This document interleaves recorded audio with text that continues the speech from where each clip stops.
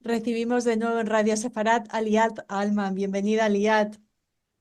Hola Raquel, ¿cómo estás? Muchísimas gracias por tenerme nuevamente en tu programa. Ya sabes que es un placer, consideramos una suerte poder hablar contigo, con la directora para Latinoamérica, para Iberoamérica de la Liga Antidifamación, esta organización que hace tanto por la lucha contra el antisemitismo. Un reflejo es este programa en el que estamos recorriendo esos mitos que caracterizan, que identifican el antisemitismo. Y nos vamos a quizá a, no sé si el más antiguo, Liat, pero uno de los sin duda más peligrosos y que más daño ha hecho a las comunidades judías a lo largo de la historia, el mito del deicidio.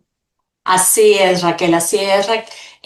Prácticamente nosotros dividimos estos mitos en siete, este sería el cuarto, donde hablamos del deicidio, que obviamente tú viniendo de España y tu audiencia puede entender este con mucha más profundidad, dada la historia durante la Inquisición, etcétera. Y básicamente, ¿qué es lo que significa este mito del deicidio? Sostiene falsamente que los judíos de forma colectiva asesinaron a Jesucristo. Este mito, sin fundamento histórico, según historiadores y líderes religiosos, ha sido utilizado durante siglos, como bien dice, es uno de los más antiguos para justificar violencia, discriminación contra el pueblo judío. Aunque la Iglesia Católica lo ha desacreditado oficialmente en 1964 con la declaración de Nostra Aetate, la acusación sigue circulando lamentablemente en distintas formas. Entonces, ¿cómo conocer este mito? Te quiero decir tres cosas principales. La primera, el contexto histórico. Jesucristo, a quien apreciamos toda la humanidad, fue crucificado en Jerusalén alrededor del año 30 de la era cristiana bajo la orden de Poncio Pilato, el prefecto romano de Judea. Los romanos, no los judíos, ejecutaron la sentencia. Esta es la primera parte del mito que tenemos que tener consciente. El segundo es un error de interpretación. El cristianismo, como sabemos, surgió del judaísmo y eso es algo que comúnmente se ve hoy en día y se celebra.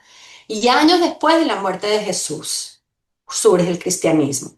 Los únicos participantes no judíos en el relato de la crucifixión eran los romanos, por lo que interpretar el juicio como un conflicto entre judíos y cristianos es un error histórico, básicamente. La tercera cosa que te quiero contar para conocer este mito es lo que mencioné antes, el reconocimiento oficial de la Iglesia en 1964 por el Papa Pablo VI, a través de Nostra Aetate, que era el Concilio Vaticano II, declaró de forma inequívoca que la muerte de Jesús no puede ser imputada ni indistintamente a todos los judíos que entonces vivían ni a los judíos de hoy.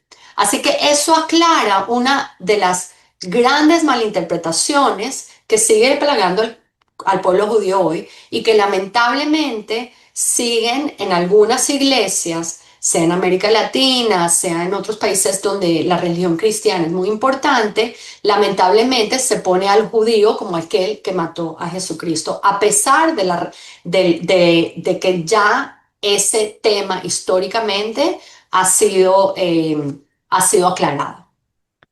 No tanto en las iglesias evangélicas, ¿no? Que tienen esa fuerte conexión con Israel, pero sí que es cierto que en muchos países seguimos, bueno, hablando de ese prejuicio, de esa acusación de deicidio en España, en fiestas, en muchas otras manifestaciones, tristemente. Lo hemos identificado. Sí, querías decir algo, No, no, Liat. justamente, y tienes toda la razón. En las ramas más cristianas evangélicas vemos muchísimo apoyo y donde esta discusión no entra en juego, pero como bien dices, si lo vemos en España, lo vemos en algunos países de América Latina que sí, durante la Semana Santa surge todo el tema de la quema de Judas y como el traicionero, etcétera. Y bueno, es algo que gracias a tu programa podemos discutir y podemos empezar la conversación para aquellos que aún no la han empezado. Gracias a la Liga Antidifamación. Bueno, hemos conocido el mito. Vamos ahora a identificarlo y también combatirlo, ¿no? Correcto. Entonces, para observar el Para mito, observarlo. como acabamos también de hablar, no es un vestigio histórico nada más. Continúa lamentablemente manifestándose en materiales culturales y religiosos contemporáneos. ¿Y por qué eso es tan importante? Porque persiste en sermones a veces, en materiales educativos, en discursos que atribuyen colectivamente la muerte de Jesús al pueblo judío, décadas después de que ya se desacreditó oficialmente. Entonces, realmente es importante que hoy en día se siga aclarando porque lo seguimos viendo en cultura popular, en algunos libros. Tuvimos también películas que observan este mito de una manera muy sesgada. Y por último, como siempre, ¿cómo enfrentamos este mito? Y no es muy diferente a las otras maneras de enfrentarlo, que es a través de la educación y a través de conversaciones como estas, que permiten indagar y hacer de repente un doble clic para poder informarse.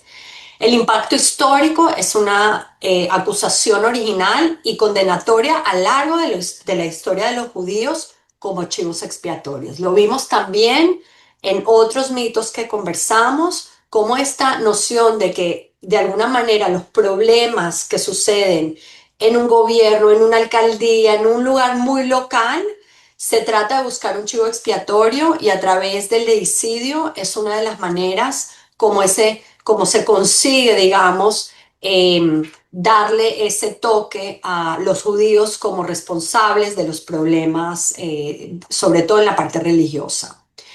La motivación detrás del mito hay que conocerla y hay que difundirla y hay que enfrentarla. Quienes difunden este mito suelen estar menos interesados en los hechos históricos que en demonizar a los judíos. O, como sabemos también, que lo vamos a hablar más adelante, a veces utilizando no la palabra judíos, sino sionistas.